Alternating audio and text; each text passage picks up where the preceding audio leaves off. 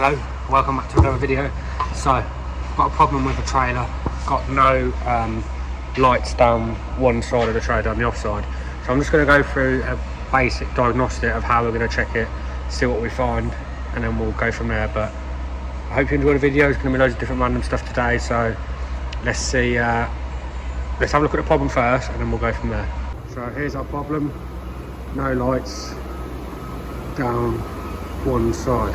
Got them at the front and we've got them at the back. So let's have a look at the primary lead first. So first, I'm going to pull it out, multimeter.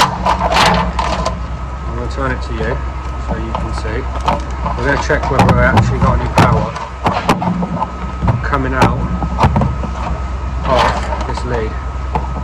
So you have on the lead, for anyone that don't know, you'll have a earth. I can't remember what order is off the top of my head right now. Left side light, right hand side light, indicator, and then brake light. Or reverse, can't remember which one. So let's have a look, see what power we've got first. So let's turn this on. One side, 24 volts that side. 24 that side. So I'm just going to quickly show you the voltage. So hopefully you can see that. So I'm going to check one side. 24.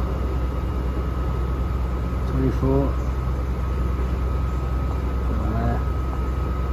Won't be anything out there because there's no other lights on. So we know that the power coming out of this lead is good. So if anyone is new in this trade, and it's probably for anyone who's qualified, who's been doing this job, I know this is simple stuff, but don't get yourself mixed up and no lights down one side of a trailer and then go shooting to the trailer to find out where the problem is. Check where that power is coming from first to find out if you've actually got power there, because you're going to be wasting time looking at lamps and then find out it's a lead or a truck lead. So we'll have a look around the lamp to see what we can find. So a lot of these trailers will wire from one side back and then supply power to all these other marker lights in a sequence. So power from that, power in, power out, power in, power out, and etc. So we need to find when the power comes in first and have a look, because we don't have any other lights out. So let's have a quick visual look around all the lamps. So power comes out from there, up there, and then here. So it's quite a mess. So we need to find out, check on the board, make sure nothing's bent, there's no problems out there, see if we're getting power out of there, and then basically follow it all back. It can be a pain in the ass, but it can get confusing. Don't confuse yourself with it. Keep it simple. Yeah. So let's see if we make sure we've got power up to our first marker, and make sure there's not a problem with the actual marker. We'll also check the plug on the marker and make sure it's not corroded. And that's what's having a problem with the power going to the lamp and coming back out again, if that makes sense. So after following the wiring back, this wire here goes to the front. This wire here,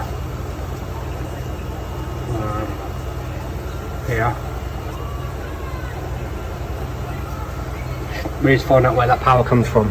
Does it come from the other side? Does it come from here? Let's find that one out first.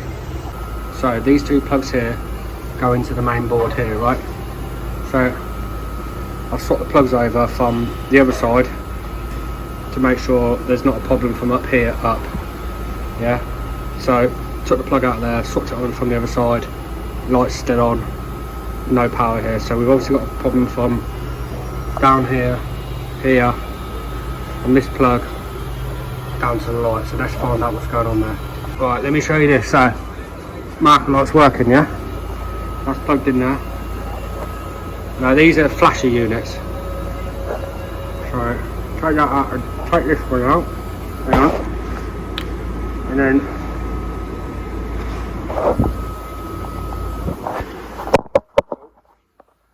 I'm going to swap it with the other one. And push this in there. And then let's check it still works. Yeah, so now we know that the power out of here down to these control boxes, either one is working. So we've got to have a problem from there to here. Let's work this one out. Sorry, from here to here, down to the marker line. Alright, call it potluck, call it what you want. So I'll cut the plug off here, and then I'll check these wires, and then I found one of the wires is actually split in the loop. So let me show you once joined together. Right, so now we've got that. Oh, I've got a new lamp here, cut back the plug. Let's test it and see if it works. So, if this don't work, we know we've got a dodgy plug.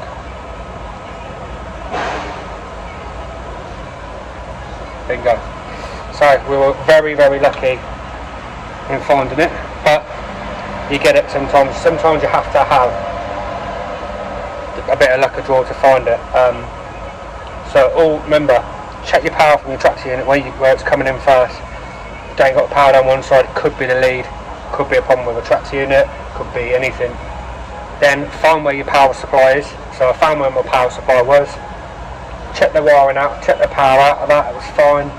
Check the power out of it, it was fine. So there's got to be a problem, you've got to eliminate a bit at a time. So I eliminated that from this lamp to that next set of loom where these flasher units in, there's a problem. Now there's 2 flasher units for each side, so I've tested it where I've plugged power from one flasher unit for the other side into this side, there's no power, and swapped it round, and then that light was still working whether I changed it or not. So what I'm going to do now is we're going to repair this, we're going to repair the plug, put the plug back on, sort all that out.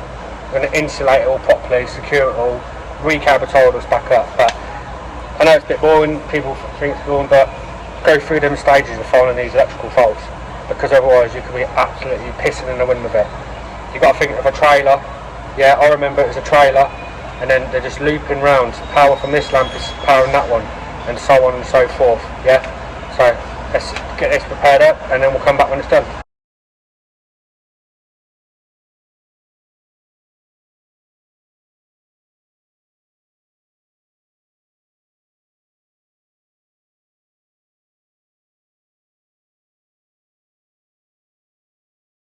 There we go.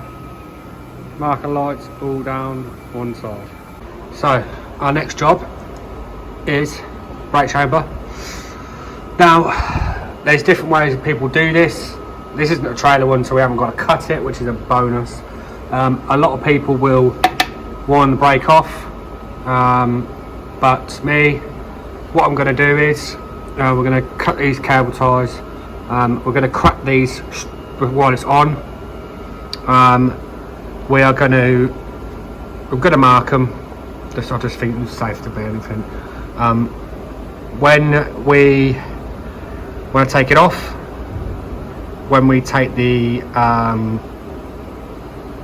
what we're going to do is take it off, and then we're going to leave the part brake on for now. We're going to crack the pipes off, crack the pipe of the part brake, crack the service one off, take that off. And then when we're back ready to take the chamber off, we will pull the chamber off with it cracked, and then we'll put the part brake off, which will then pull the rod back in. I'll explain it more. I'm probably babbling on, but I'll explain it more. It's pretty easy like that. So let's crack these pipes off first. Just crack them so they're loose, and then try and undo these bolts. Hopefully they're not too tight. But we will see. So we're going to crack this. Oh, that came off lovely.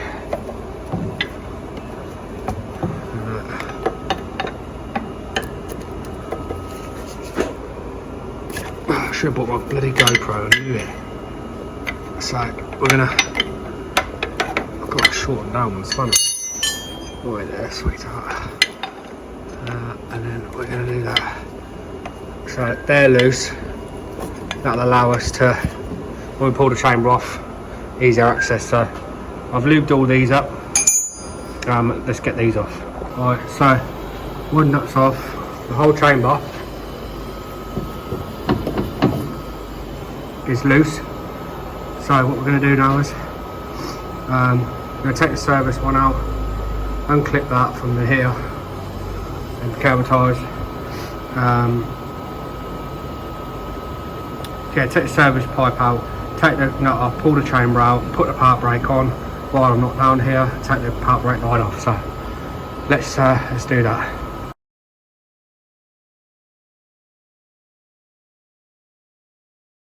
So as we can see, our chamber is now loose. Yeah. So that's our part brake. So why? Because there's air coming out. Because the part brake is off, the air is there holding the spring back. So all I'm going to do now is go and put the part brake on, and then I can take these pipes out. Right, so as you can hear, we have no air leaking out of there now because we have the part brake. There is the rod out there. Do be wary when you are getting brake chambers for these Mercs. That there are two types. There is a Norbrems and there is a Wabco one. Please check on the chamber before you get one whether it is a Norbrems or Wabco, because they are different. So let's get this chamber off and start putting the new one on.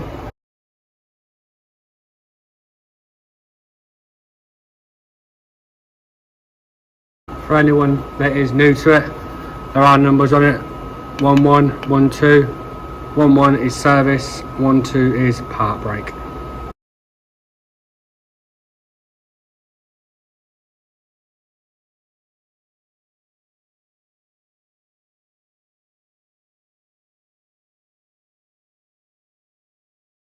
Right, so we've got the chamber pipes back on. Remember to take the chamber back in. Now we're going to do them nuts up. Don't forget this brake pad wear sensor, because you don't want to pull that and rip that out, because it'll be a pain. So I'm going to bolt this up.